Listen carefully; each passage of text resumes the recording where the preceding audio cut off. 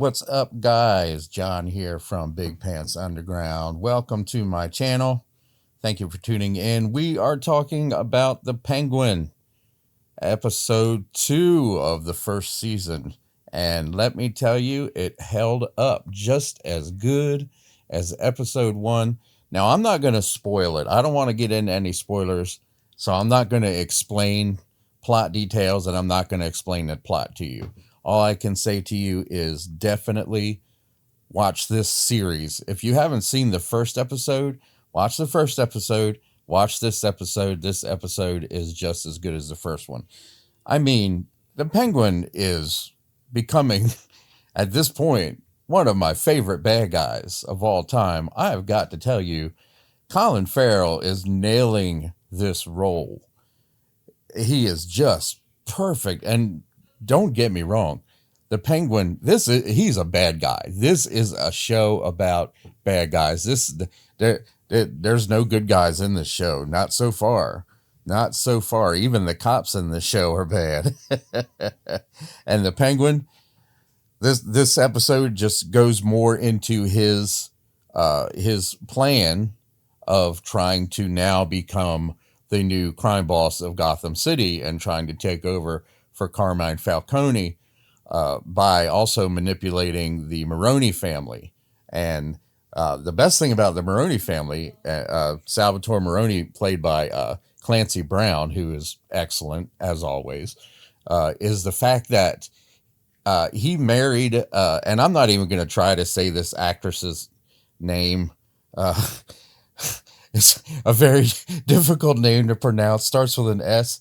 Shohore. Anyway, she's an Iranian actress, and she was in The Expanse. She's been in Star Trek, a couple episodes of Star Trek. She was in X-Men, the X-Men 3, that really horrible one.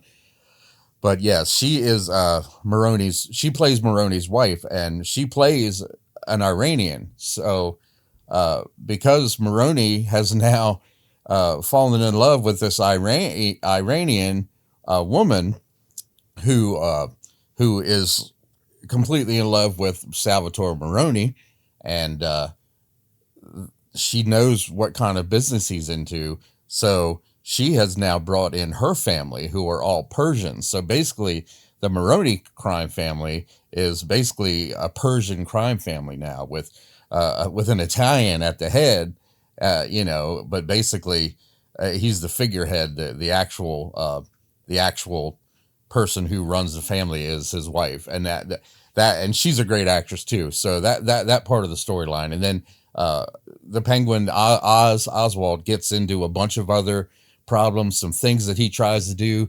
don't work out.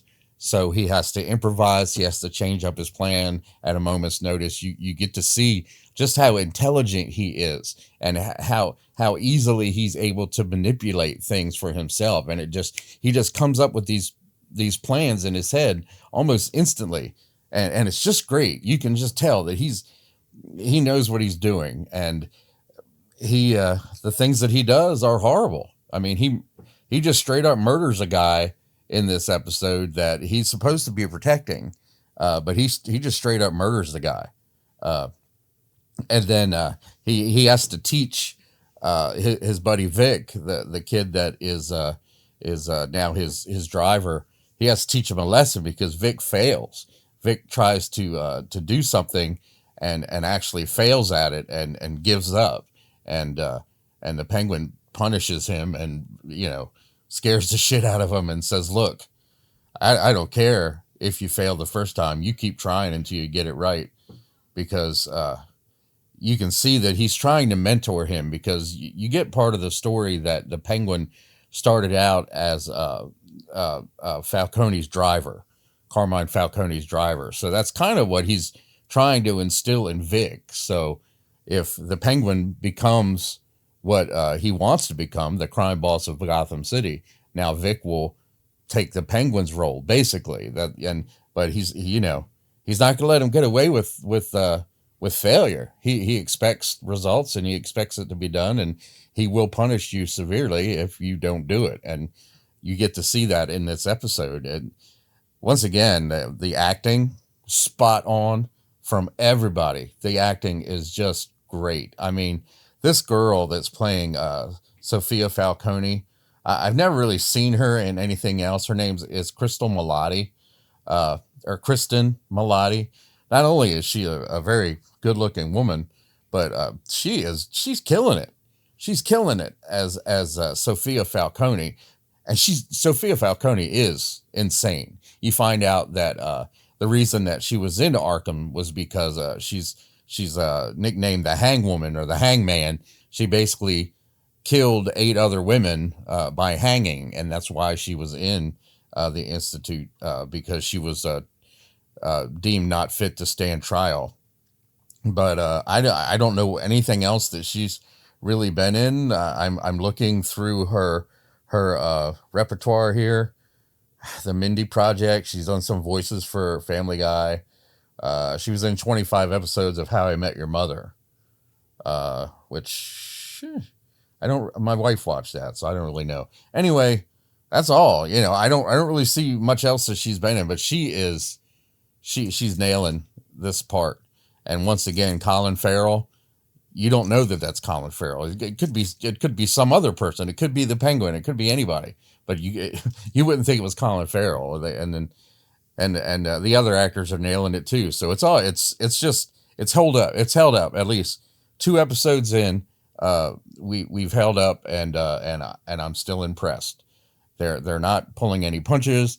They are not keeping anything back. You know, it's vulgar. There's sex. There's scandal. There's murder.